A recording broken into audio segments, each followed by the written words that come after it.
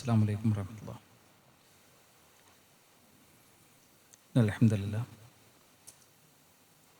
അൽഹംദുലില്ലാഹി റബ്ബിൽ ആലമീൻ. വസ്സലാത്തു വസ്സലാമു അലാ റസൂലിൽ അമീൻ വഅലാ ആലിഹി വസ്വഹാബിഹി അൽഫായിസിന ബിറളില്ലാഹ് അമ്മാ ബഅദ്. വേദിയിൽ ആദരണീയരായ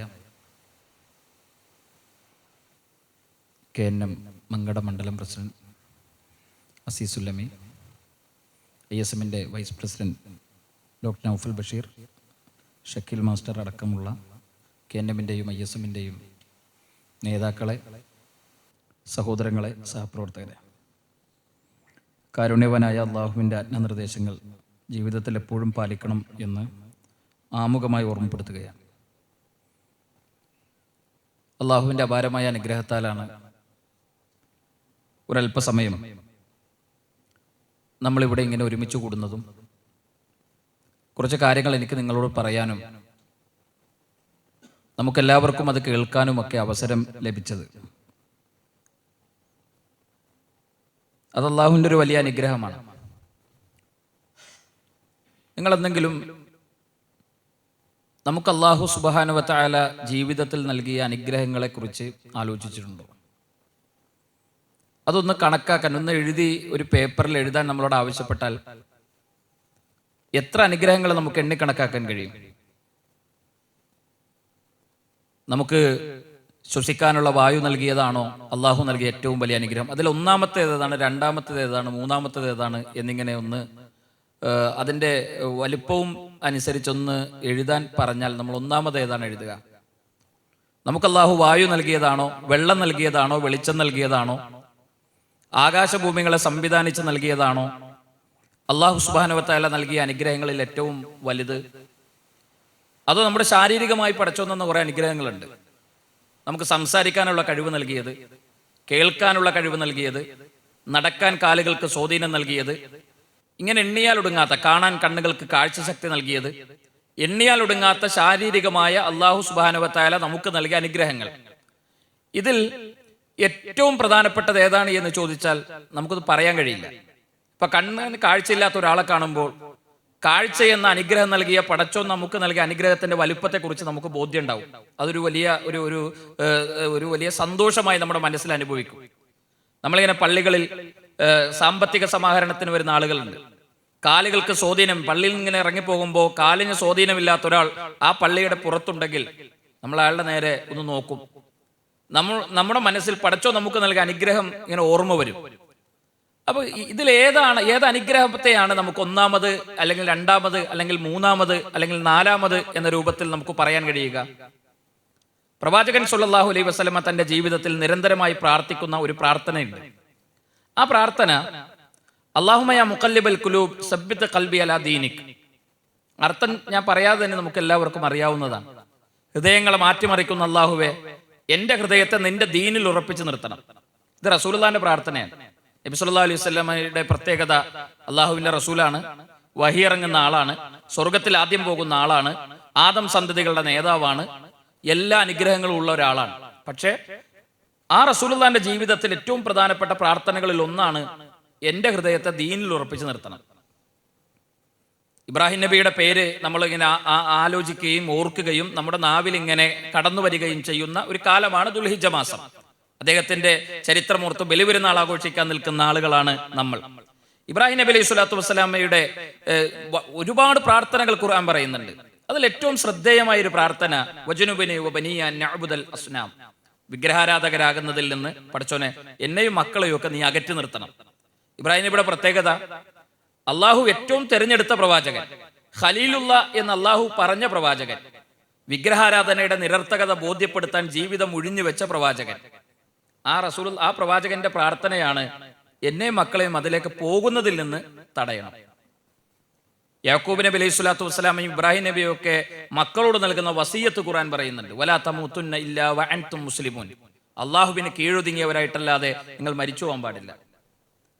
വീണ്ടും പ്രവാചകന്മാരുടെ പ്രാർത്ഥനകൾ കാണാം. തൗഫനി മുസ്ലിമൻ, മുസ്ലിമായി മരിപ്പിക്കണം, സ്വാലിഹ്യങ്ങളിൽ ഉൾപ്പെടുത്തണം എന്ന് പറഞ്ഞാൽ ഒരു മനുഷ്യന്റെ ജീവിതത്തിൽ അള്ളാഹു നൽകിയ ഏറ്റവും വലിയ അനുഗ്രഹമാണ് നമുക്ക് അള്ളാഹു ഹിദായത്ത് നൽകിയതും ആ ഹിദായത്ത് ലഭിച്ചവരായിക്കൊണ്ട് തന്നെ രാവിലെ നമ്മൾ വിരിപ്പിൽ നിന്ന് ഉണർന്നെണീക്കുന്നതും ലോകത്ത് അതിനേക്കാളും വലിയൊരു അനുഗ്രഹം പടച്ചോ നമുക്ക് നൽകിയിട്ടില്ല. എന്തുകൊണ്ടാണെന്നറിയാം അതിന്റെ വലിപ്പം മനസ്സിലാകാത്തത്. ഇപ്പൊ കണ്ണില്ലാത്ത ഒരാളെ കാണുമ്പോൾ നമുക്ക് കാഴ്ചയുടെ വലിപ്പം മനസ്സിലാക്കാൻ കഴിയും. കാത് കേൾക്കാത്ത ഒരാളെ കാണുമ്പോൾ കേൾവി ശക്തിയുടെ വലിപ്പത്തെക്കുറിച്ച് നമുക്ക് മനസ്സിലാക്കാൻ കഴിയും. കാലുകൾക്ക് സ്വാധീനമില്ലാത്ത ഒരാളെ കാണുമ്പോൾ കാലുകൾക്ക് സ്വാധീനം കിട്ടിയ അതിന്റെ വലിപ്പത്തെ സംബന്ധിച്ച്, അനുഗ്രഹത്തെ സംബന്ധിച്ച് നമുക്ക് മനസ്സിലാക്കാൻ കഴിയും. ഹിദായത്തിന്റെ വലിപ്പത്തെക്കുറിച്ച് പലപ്പോഴും മനസ്സിലാക്കാൻ കഴിയാത്തത് അത് കിട്ടാതെ പോയ ആളുകൾ ആരാണ് എന്ന് മനസ്സിലാക്കാത്തത് കൊണ്ടാണ്. ഹിദായത്തെ കിട്ടാതെ പോയ ആളുകളുടെ പ്രത്യേകത എന്താണ് നിങ്ങൾ ആലോചിച്ചിട്ടുണ്ട്? നമ്മുടെ ബാപ്പ മുസ്ലിം അല്ലെങ്കിൽ ആലോചിക്കാൻ കഴിയുമോ? മാതാപിതാക്കൾ വിശ്വാസികളല്ലെങ്കിൽ മക്കൾക്കത് അത് ആലോചിക്കാൻ പോലും കഴിയില്ല. വിശ്വാസി മുസ്ലിമാണ്.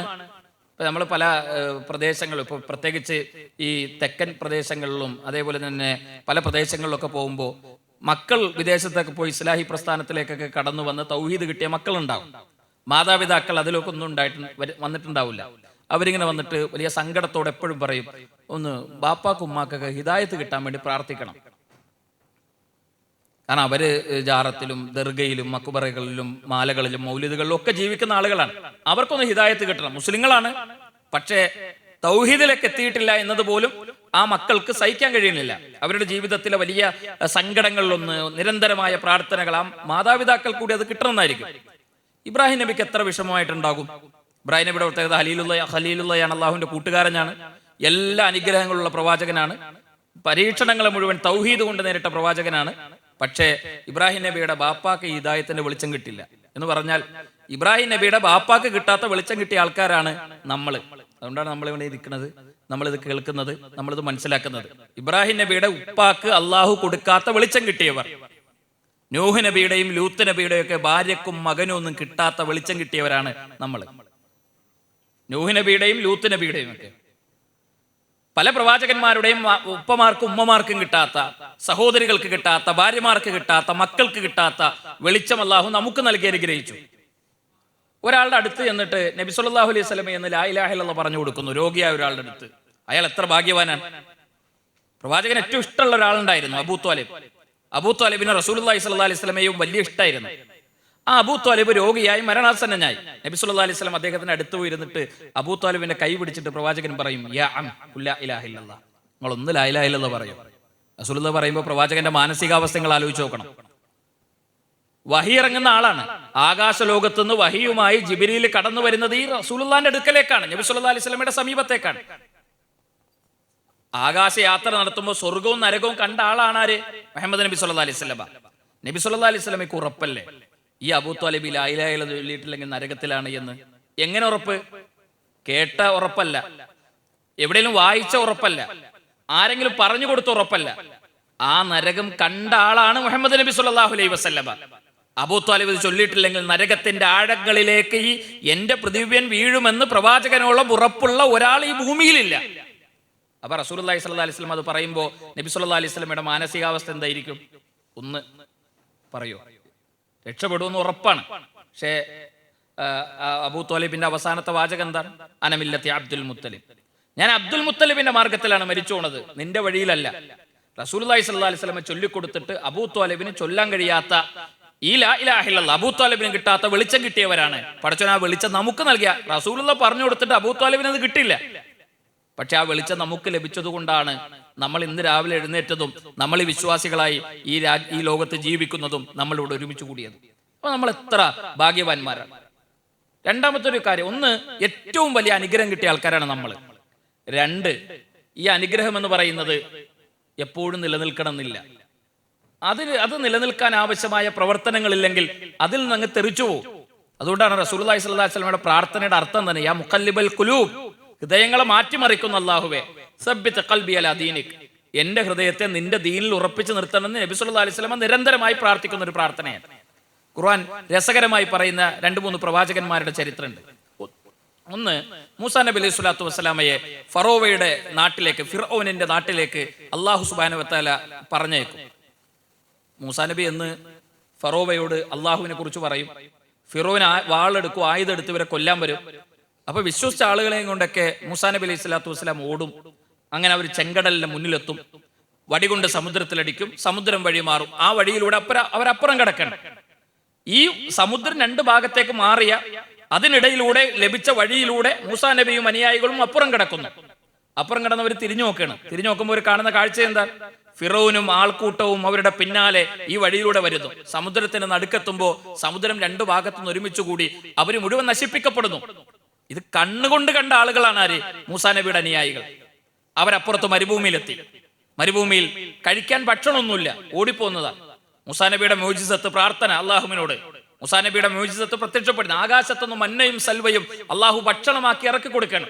ഖുർആൻ പറയുന്നത് ആകാശത്തുനിന്ന് ഇറങ്ങി വരുന്ന ഭക്ഷണം കൈകൊണ്ട് വാങ്ങി കഴിച്ച ആളുകളുടെ പേരാണ് ഇസ്രായേൽ സമൂഹം, മൂസാ നബി അലൈഹി സ്വലാത്തു വസ്സലാമയുടെ ജനത എന്ന് പറയുന്നത്. മരുഭൂമിയിലാണ്, തണലൊന്നുമില്ല. പക്ഷേ മൂസാ നബിയുടെ പ്രാർത്ഥനയ്ക്ക് അല്ലാഹു നൽകുന്ന ഉത്തരം, നടന്നു പോകുന്ന വഴികളിലൊക്കെ തണല് കിട്ടുന്നു. കാർമേഘങ്ങൾ കൊണ്ട് അല്ലാഹു തണലിട്ട് കൊടുക്കുന്നു. എവിടെ നടന്നു പോയാലും ആകാശത്തിങ്ങനെ തണല് വരുന്നു. ഇത് കേട്ടറിഞ്ഞതല്ല, അനുഭവിച്ചറിഞ്ഞ ജനതയാണ് മൂസാ നബിയുടെ അനുയായികൾ. എന്നിട്ടോ രണ്ട് പ്രവാചകന്മാർ ഒരേ സമയം ജീവിച്ചിരിക്കുന്നു, മൂസാ നബിയും ഹാറൂൻ നബിയും. മൂസാ നബി ഒരു അല്പ ദിവസം മാറി നിൽക്കുന്നു അവരുടെ ഇടയിൽ നിന്ന് തൗറാത്തുമായി ബന്ധപ്പെട്ട്. സാമിരി എന്ന് പറയുന്ന ഒരാളെ കൂട്ടത്തിൽ എഴുന്നേറ്റ് നിന്ന് ഒരു പശുക്കുട്ടി ഉണ്ടാക്കുന്നു. അയാൾ പറയുന്നു, ഇതാണ് അള്ളാഹു. മൂസാ നബി ആരാധിക്കുന്ന റബ്ബ് എന്ന് പറയുന്നത് ഈ പശുക്കുട്ടിയാണ്. ഇതിനന്വേഷിച്ച് പോയതാണ്, അതുകൊണ്ട് നമുക്കിതിനെ ആരാധിക്കാം. ഇത്രയൊക്കെ അനുഗ്രഹങ്ങൾ കണ്ണുകൊണ്ട് കണ്ട് ജീവിതം കൊണ്ട് അനുഭവിച്ച ആ ജനത, അള്ളാഹുവിന്റെ തൗഹീദിന്റെ വലിപ്പം എന്താണ് എന്ന് അനുഭവിച്ചറിഞ്ഞ ജനത, രണ്ട് പ്രവാചകന്മാർ ഒരുമിച്ച് നിന്ന് കൈവെള്ളയിലിട്ട് സംരക്ഷിച്ചിട്ടും അതിനപ്പുറത്ത് കടന്ന് അവർ ആ ശിർക്കിലേക്ക് പോയി എന്ന് പറയുന്നത് ഖുർആനാണ്. എന്ന് പറഞ്ഞാൽ ഹിദായത്ത് കിട്ടി ഞാൻ മരിക്കുന്നവരിൽ ഉണ്ടാവുന്ന ഒരു ഉറപ്പും ഒരാളും വിചാരിക്കേണ്ടതില്ല എന്നാണ് അതിൽ നമുക്ക് മനസ്സിലാക്കാനുള്ള ഒരു പാഠം. രണ്ട്, യാക്കൂബ് നബി അലൈഹി സ്വലാത്തു വസ്സലാം മരണാസന്നനായി. അദ്ദേഹത്തെ തന്നെ മക്കളെ മുഴുവൻ ഒരുമിച്ച് കൂട്ടും. 11 മക്കളാണ്. അവരൊക്കെ ചുറ്റും വന്ന് നിൽക്കുമ്പോൾ യാക്കൂബ് നബിയുടെ അവരുടെ കൈ ഇങ്ങനെ ബാപ്പ ഇങ്ങനെ മുറുകെ പിടിക്കും. എന്നിട്ട് ഖുർആൻ ഒരു ചോദ്യം ചോദിക്കുന്നുണ്ട്. യാക്കൂബ് നബിയുടെ ചോദ്യം, മാ തഅബുദൂന മിൻ ബഅദി, ഞാൻ മരിച്ചാൽ നിങ്ങൾ ആരെ ആരാധിക്കും? അപ്പൊ മക്കളൊക്കെ ഒറ്റ ശ്വാസത്തിൽ മറുപടി പറഞ്ഞു, ഖാലൂ നഅബുദു ഇലാഹക വ ഇലാഹ ആബായിക, ഉപ്പയാരാധിച്ച അല്ലാഹുവിനെ, നിങ്ങളുടെ പൂർവ്വപിതാക്കന്മാരായ ഇബ്രാഹിം നബിയും ഇസ്മായിൽ നബിയും ഒക്കെ ആരാധിച്ച അല്ലാഹുവിനെയാണ് ഞങ്ങൾ ആരാധിക്കുക. അതിലൊരു സംശയവും വിചാരിക്കേണ്ടതില്ല. എത്ര സന്തോഷത്തോടെ ആയിരിക്കും യാക്കൂബ് നബി ലോകത്തുനിന്ന് യാത്രയാകുന്നത്. മരണത്തിന്റെ നേരത്ത് ആ ഉപ്പാന്റെ വലിയ ആഗ്രഹമാണ് തന്റെ വിശ്വാസത്തിൽ മക്കൾ ഉണ്ടാകും. മക്കള് ബാപ്പാന്റെ കൈ പിടിച്ചിട്ട് സത്യം ചെയ്തു പറയാൻ, ഉപ്പ ആഗ്രഹിച്ചതുപോലെ ഉപ്പയുടെ പിതാക്കന്മാർ പ്രാർത്ഥിച്ച പടച്ചോനെ ഞങ്ങൾ ആരാധിക്കും. പക്ഷെ ഖുർആൻ അതിന് ശേഷം രസകരമായി പറയുന്ന ഒരു കാര്യം എന്താ അറിയോ? 1.25 ലക്ഷത്തോളം പ്രവാചകന്മാർ വന്നു. ഇതിൽ 1 ലക്ഷത്തോളം പ്രവാചകന്മാരെ അള്ളാഹു നിയോഗിച്ച ജനതയുടെ പ്രത്യേകത, പടച്ചോനെ മാത്രമേ ഞങ്ങൾ ആരാധിക്കൂവെന്ന് തന്റെ ഉപ്പയോട് സത്യം ചെയ്ത മക്കളിലേക്കാണ് 1 ലക്ഷത്തോളം പ്രവാചകന്മാരെ അള്ളാഹ് അയച്ചത്. അവരെ നന്നാക്കാനാ പടച്ചോൻ പറഞ്ഞയച്ചത്. ഏത് ജനതയെ? ഞങ്ങൾ പടച്ചോനെ മാത്രം ആരാധിക്കുന്നു ബാപ്പാന്റെ കൈപിടിച്ച് സത്യം ചെയ്ത മക്കളിലേക്കാണ് 1 ലക്ഷത്തോളം പ്രവാചകന്മാരെ അള്ളാഹ് നിയോഗിക്കുന്നത് എന്ന് പറഞ്ഞ ഈ ഹിദായത്ത് എന്ന് പറയുന്നത് അത് പടച്ചോന്റെ വലിയൊരു തൗഫീഖാണ്. നമുക്കത് ലഭിച്ചു. അത് നിലനിർത്താൻ ആവശ്യമായ പ്രവർത്തനങ്ങൾ, ഒരു ആഗ്രഹം നമ്മുടെയൊക്കെ ഉള്ളിലുണ്ടാകണം. പല രൂപത്തിലാണ്. എല്ലാവർക്കും എഴുത്തുകാരാകാൻ കഴിയണമെന്നില്ല, എല്ലാവർക്കും പ്രഭാഷകന്മാരാകാൻ കഴിയണമെന്നില്ല, എല്ലാവർക്കും സംഘടനാ നേതാക്കന്മാരാകാൻ കഴിയണമെന്നില്ല. ഏതൊരു മനുഷ്യന്റെയും ഇത് ഏതെങ്കിലും ചെറിയ ഒരു ഗ്രൂപ്പിന്റെ അല്ലെങ്കിൽ ഏതെങ്കിലും ചെറിയ കുറച്ച് ആളുകളുടെ മാത്രം ഒരു ഉത്തരവാദിത്തമല്ല. ഇപ്പൊ നബി സല്ലല്ലാഹു അലൈഹി വസല്ലമ ഹജ്ജത്തുൽ വദായിലെ, ഇപ്പൊ നമ്മള് പ്രവാചകൻ ഹജ്ജ് ചെയ്ത് അവസാനത്തെ ഹജ്ജ് കർമ്മം നിർവഹിച്ച മാസത്തിലാണ്. ആ ഹജ്ജ് നിർവഹിക്കാൻ മക്കയിലെത്തി. പ്രവാചകൻ സല്ലല്ലാഹു അലൈഹി വസല്ലമയുടെ ഹജ്ജത്തുൽ വദാഇലെ പ്രസംഗമുണ്ട്. ആ പ്രസംഗം നബി സല്ലല്ലാഹു അലൈഹി വസല്ലമ നിർവഹിക്കുമ്പോൾ 1 ലക്ഷത്തിലധികം സ്വഹാബത്തുണ്ടായിരുന്നു. 1 ലക്ഷത്തിലധികം സഹാബികൾ റസൂലുള്ളാഹി സ്വല്ലല്ലാഹു അലൈഹി വസല്ലമയുടെ ചുറ്റും ഉണ്ടായിരുന്നു. പക്ഷേ നബി റസൂൽ മക്കയിലേക്ക് തിരിച്ചു വന്നു, മദീനയിലേക്ക് തിരിച്ചു വന്നു. തൊട്ടുടനെ അവസാനത്തെ ഹജ്ജ് കഴിഞ്ഞ് പിന്നെ അധികം ജീവിച്ചിരിക്കുന്നില്ല റസൂലുള്ളാഹി സ്വല്ലല്ലാഹു അലൈഹി വസല്ലം, പെട്ടെന്ന് മരണപ്പെടുന്നുണ്ട്. മദീനയിൽ എത്ര സ്വഹാബത്തിന്റെ ഖബറുണ്ട് എന്ന് നിങ്ങൾക്കറിയുമോ? നമ്മൾ ഹജ്ജിന് ഉംറയ്ക്ക് പോകുമ്പോൾ മദീനത്തെ പള്ളിയോട് ചേർന്ന് ബക്കയുണ്ട്. സ്വഹാബികളെ മറമാടിയ ബക്കയിലിറക്കതുണ്ട്. ആ ബക്കയിൽ എത്ര സ്വഹാബത്തിന്റെ ഖബറുണ്ട്? 10,000-ൽ ചുല്ലാനം സ്വഹാബികളുടെ ഖബറാണ് മദീനയിലുള്ളത്. ഈ 1 ലക്ഷത്തോളം സ്വഹാബത്ത് പ്രവാചകന്റെ കൂടെ മദീനത്തേക്കെത്തി. പക്ഷെ മദീനയിൽ മരണപ്പെട്ട സ്വഹാബത്തിന്റെ എണ്ണം എന്ന് പറയുന്നത് 10,000-ൽ താഴെയോ അല്ലെങ്കിൽ 10,000-ന്റെ തൊട്ടടുത്താണ്. ഈ ബാക്കി സ്വഹാബികളൊക്കെ എവിടെ? അതിന്റെ ഉത്തരമാണ് നമ്മൾ ഈ നിർവഹിക്കുന്ന പ്രവർത്തനം എന്ന് പറയുന്നത്. അതിന്റെ ഉത്തരം എവിടെയാണ് ആ സ്വഹാബത്ത് എന്ന ചോദ്യത്തിന് ഉത്തരമാണ് മുജാഹിദ് പ്രസ്ഥാനം എന്ന് പറയുന്നത്. മനസ്സിലായോ? അവരോട് റസൂലുള്ളാഹി സ്വല്ലല്ലാഹു അലൈഹി വസല്ലം അവസാനത്തോടെ ഒരു കാര്യം പറഞ്ഞു. ആ ചുറ്റും ഇങ്ങനെ ഒരുമിച്ച് കൂടിക്കുമ്പോൾ പറഞ്ഞു, ഫല്ലുബല്ലി ഉഷാഹിദുൽ ആയിം, ഹാജറുള്ള ആളുകൾ ഇത് ഹാജറില്ലാത്തവർക്ക് എത്തിച്ചു കൊടുക്കണം. ഹാജറുള്ള ആളുകൾ ഹാജറില്ലാത്തവർക്ക് എത്തിച്ചു കൊടുക്കണം. ഇത് കേട്ട അവർക്ക് പിന്നെ ഒരു തടസ്സം ഉണ്ടായിട്ടില്ല. നിങ്ങളൊന്ന് ആലോചിച്ച് നോക്ക്, 1400 കൊല്ലങ്ങൾക്ക് മുമ്പ് ഇപ്പൊ നമ്മൾ ഹജ്ജിന് ഉംറക്കുമ്പോൾ കോഴിക്കോട് എയർപോർട്ടിൽ നിന്നോ കൊച്ചി എയർപോർട്ടിൽ നിന്നോ വിമാനത്തിൽ പോകും, ഒരു 5-5.5 മണിക്കൂർ യാത്ര ചെയ്യുമ്പോൾ ജിദ്ദയിൽ നമ്മൾ ഇറങ്ങും. നല്ല സൗകര്യത്തില് നമ്മളിവിടെ ഇറങ്ങി ഹജ്ജ് ഉംറയൊക്കെ നിർവഹിച്ച് നമ്മൾ തിരിച്ചു പോരുന്നു. നിങ്ങളൊന്ന് ആലോചിച്ച് നോക്ക്, അച്ചടി യന്ത്രവും ആവിക്കപ്പലും ഒന്നും കണ്ടുപിടിക്കപ്പെടുന്നതിന് മുമ്പ്, ഈ 14 നൂറ്റാണ്ടുകൾക്ക് മുമ്പ് മദീനത്ത് നിന്ന് പ്രവാചകന്റെ വാക്കും കേട്ട് എങ്ങനെയാണ് ആ റസൂലുള്ളാഹിന്റെ കാലത്ത് കൊടുങ്ങല്ലൂർ സ്വഹാബത്ത് എത്തിയത്? അവരേത് കപ്പൽ മാർഗം, ഏത് വിമാന മാർഗം, ഏത് യാത്രാ മാർഗത്തിലാണ് ആ സ്വഹാബത്ത് യാത്ര ചെയ്തിട്ടുണ്ടാവുക? അവർ സഹിച്ച ത്യാഗം, അല്ലെങ്കിൽ അവർ നിർവഹിച്ച ഈ ദൗത്യത്തിന് അവരെ പ്രേരിപ്പിച്ച ഘടകമായി ആണ് മുജാഹിദ് പ്രസ്ഥാനം ഏറ്റെടുത്തിരിക്കുന്ന, ഇസ്ലാഹി പ്രസ്ഥാനം ഏറ്റെടുത്തിരിക്കുന്ന ദൗത്യം എന്ന് പറയുന്നത് ഈ ലാ ഇലാഹ ഇല്ലല്ലാഹ് എന്ന ആശയത്തിന്റെ പ്രബോധനം. അത് ഏതൊരാളും നിർവഹിക്കേണ്ട ഒരു പ്രവർത്തനമാണ്. അത് കുറച്ച് ആളുകൾക്ക് മാത്രമുള്ളതല്ല, ഏതെങ്കിലും കുറെ ആളുകൾക്ക് മാത്രമല്ല, അത് എല്ലാവരും നിർവഹിക്കേണ്ട, ഒരേ മനസ്സോടെ നിർവഹിക്കേണ്ട ഒരു പ്രവർത്തനത്തിന്റെ പേരാണ് തൗഹീദി പ്രബോധനം, ലാ ഇലാഹ ഇല്ലല്ലാഹ് എന്ന ആശയത്തിന്റെ ആദർശത്തിന്റെ പ്രബോധന പ്രവർത്തനം. അത് നിർവഹിക്കാനുണ്ടാക്കിയ കൂട്ടായ്മയുടെ പേരാണ് മുജാഹിദ് പ്രസ്ഥാനം. അതുണ്ടായാൽ ബാക്കിയൊക്കെ അതിന്റെ ഉപോൽപ്പന്നമായി അതിങ്ങനെ വളർന്നു വരും. കേരളം അതിന് ഏറ്റവും വലിയൊരു മാതൃകയാണ്. നിങ്ങൾക്ക് ഇന്ത്യ എന്ന് പറയുന്ന ഈ രാജ്യത്ത് കേരളത്തെയും കേരളത്തിന്റെ പുറത്തുള്ള മുഴുവൻ സംസ്ഥാനങ്ങളെയും വെച്ച് പരിശോധിച്ചാൽ മുജാഹിദ് പ്രസ്ഥാനം എന്ന് പറയുന്ന, അല്ലെങ്കിൽ നവോത്ഥാന കൂട്ടായ്മകൾ ഉടലെടുക്കപ്പെട്ട കേരളവും കേരളത്തിന് പുറത്തുള്ള സംസ്ഥാനങ്ങളും തമ്മിൽ വലിയ വ്യത്യാസമുണ്ട്. ഇവിടെ തൗഹീദിൽ അധിഷ്ഠിതമായ ഒരു ജനതയെ വളർത്തിക്കൊണ്ടുവരാൻ ശ്രമിച്ചപ്പോ അതിനനുകൂലമായ രൂപത്തിൽ ഈ നാട് പരിവർത്തിക്കപ്പെട്ടു. ഈ നാടിന് മാറ്റങ്ങൾ ഉണ്ടായി. ഈ സമൂഹത്തിൽ വിദ്യാഭ്യാസം മാറി, ആരോഗ്യരംഗം മാറി, സാമൂഹിക അവസ്ഥകൾ മാറി, എല്ലാ സാമ്പത്തികമായ അവസ്ഥകൾ, എല്ലാ രംഗത്തും സമൂലമായ പരിവർത്തനങ്ങൾ ഉണ്ടായി. അപ്പൊ ഈ ഒരു ദൗത്യ നിർവഹണം എന്ന് പറയുന്നത് നമ്മുടെ ജീവിതത്തിന്റെ ഒരു ഭാഗമായി സ്വീകരിച്ച് മുന്നോട്ട് പോകാൻ നമുക്ക് സാധിക്കണം. പക്ഷെ പലപ്പോഴും നമുക്ക് എന്താ, നമ്മുടെ ഒരു ഉത്തരവാദിത്തങ്ങളെ കുറിച്ച്, അതിൽ എന്തിനാണ് പ്രയോറിറ്റി നൽകേണ്ടത് എന്നതിനെ കുറിച്ച് പലപ്പോഴും നമ്മൾ ബോധവാന്മാരാകുന്നില്ല എന്നതാണ് പ്രശ്നം. ഒരു കഥയുണ്ട്. അതില് ഒരു രാജാവ് തന്റെ മന്ത്രിനെ വിളിച്ചിട്ടൊക്കെ പറഞ്ഞു, ഞാൻ 4 മണ്ടന്മാർക്ക് വിരുന്നു കൊടുക്കാൻ തീരുമാനിച്ചെന്ന്. അപ്പൊ 4 മണ്ടന്മാരെ കണ്ടുപിടിച്ച് കൊട്ടാരത്തിലെത്തിക്കണം. അപ്പൊ ഇയാള് ഇങ്ങനെ നാട് മുഴുവൻ അലഞ്ഞു തിരിയാണ്, മണ്ടന്മാരെ കിട്ടണം. അതിൽ കുറേ ദിവസം ഇങ്ങനെ അന്വേഷിച്ചു വിട്ട് ആരും കിട്ടൂല. അതിന് അവസാനം ഇങ്ങനെ നടന്നു പോകുമ്പോൾ ഒരു കഴുതപ്പുറത്ത് യാത്ര ചെയ്യുന്ന മന്ത്രി കാണും.